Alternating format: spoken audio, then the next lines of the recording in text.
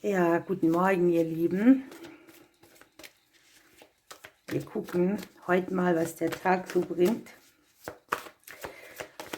an Infos fürs Kollektiv. Ich lasse jetzt erstmal ein paar Karten springen und dann gucken wir uns das genauer an. Wir haben schon mal die Ratte als Krafttier.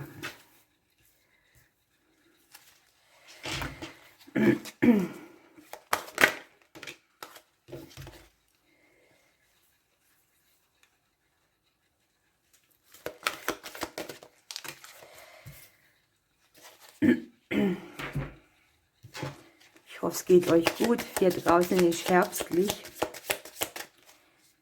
It's raining. Aber mir gefällt es ja. Ich bin, jetzt kommt praktisch meine Jahreszeit.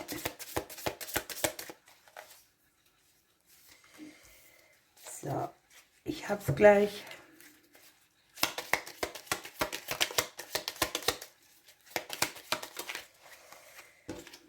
Oh, klasse. Wir haben den Klee. Wir haben das Buch. Eine kleine Überraschung. Etwas, was sich plötzlich im Alltag auf unseren Weg macht. Als Ausgleich darstellt. Möglicherweise hat man hier eine Lektion gelernt. Man kann aus einer Situation rausgehen, in der man vielleicht viel Verwundung, Schmerz erlebt hat oder wo die Dinge nicht so offensichtlich waren, dass sie für uns laufen. Man hat viel gegrübelt, man hat überlegt. Ne? Hier eröffnet sich Wissen für uns. Das Beste kommt hier zu uns. Wir haben hier die Fülle dabei. Ne? Auch, wir haben das Element Wasser. Es geht auch um emotionale Fülle, um Alltagsglück, um das, was wir als Glück definieren. Und es geht um eine kurzfristige Zeit. Ne? Das hat etwas länger gedauert. Ein Prozess wird abgeschlossen, erfolgreich bestanden. Und jetzt gucken wir mal ein bisschen näher. Ja, die Ratte als Krafttier ist natürlich für die einen so, für die anderen so, aber im Prinzip ist es eine Glücksbotin. Ja? Die Ratte bringt Zeiten von Aufbruch und Neuanfang. Man ergreift Initiative, günstige Zeit für Dinge, die man vorgehabt hat, auch in die Tat umzusetzen einfach. Und hier kündigen sich tatsächlich unerwartete, überraschende Gewinne an. Das, was Chiron hier sagt, das finde ich sehr bezeichnend. Wir haben das als Thema aus den Astrokarten und ja, das passt wunderbar, denn es geht darum, dass man in der Vergangenheit viel erlitten hat oder viel ertragen musste, dass das Schicksal einen vielleicht manche gute Grenze aufgezeigt hat. Doch im Prinzip hat es so gewirkt, dass man gestärkt aus der Situation geht, dass man das Lebenstraining praktisch, das Überlebenstraining bestanden hat. Hier Kombination, Prüfung bestanden. Man weiß, was man aushalten kann, dass man sich auf sich selbst verlassen kann und dass die Instinkte in einen immer ein Stück weiter gebracht haben. Ne? Hier geht es auch darum, dass man mal guckt, was habe ich überhaupt schon geschafft und erreicht. Das machen wir alle viel zu selten. Wir rennen von einem Erfolg in den nächsten, von einer Lektion in die nächste, ohne mal bewusst stehen zu bleiben und zu denken, ja, man kann hier auch Sachen hervorragend und überzeugend vorbringen in seinem Leben. Der göttliche Plan ist am Wirken und der bringt uns gleich hier weiter zum Frosch. Und im Prinzip ist der Frosch auch eine erneute Glückskarte, ne? Denn wir haben hier das Symbol für Glück in vielen Traditionen. In manchen Traditionen gilt der Frosch auch als Medizin. Und im Prinzip geht es um Auferstehung, Transformation und Erneuerung. Also hier kommt schon ein tiefgreifender Erneuerungsprozess.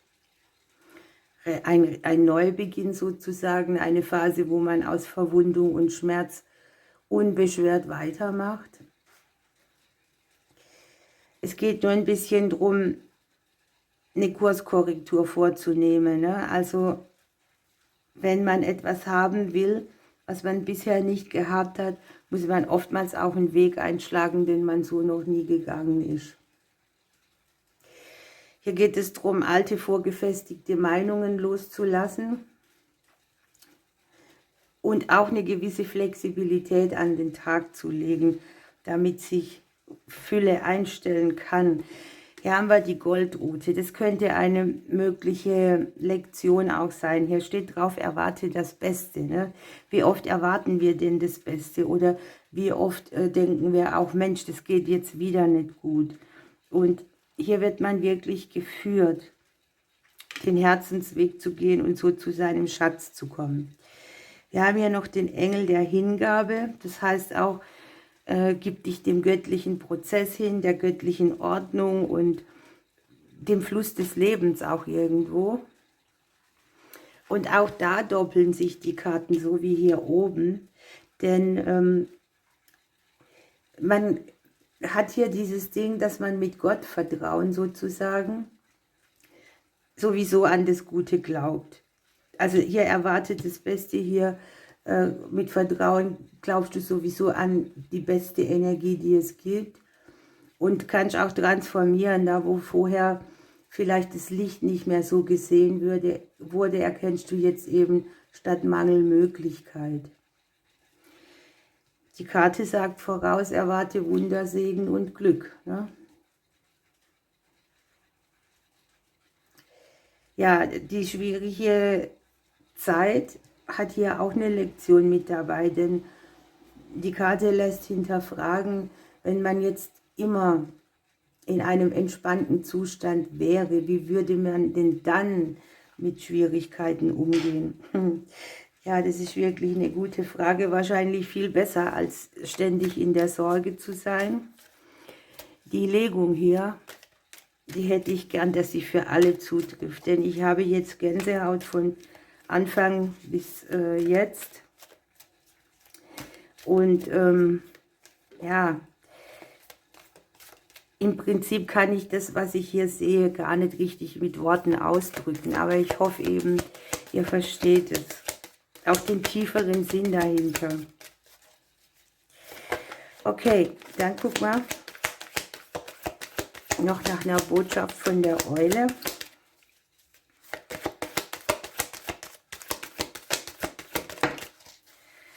Und hier kommt sie schon geflogen. Alles, was es gibt, ist Liebe. Also ist dein Leben der ganz spezielle Ausdruck deiner Liebe. Das ist immer ein bisschen schwierig vorzustellen, wenn der Kopf sich mit einschaltet und man denkt dann, ja, wo ist schon Verwundung und Schmerz mit Liebe verbunden? Und auch dahinter fragt man wieder viel zu viel. Ich lasse das jetzt mal so stehen. Ich wünsche euch wirklich uns allen, dass das für alle zutrifft und jeder hier sein Bestes abholen kann und nicht nur sein Bestes, sondern die ganze Fülle, die es gibt und dass der Kopf einem nicht immer dazwischen grätscht.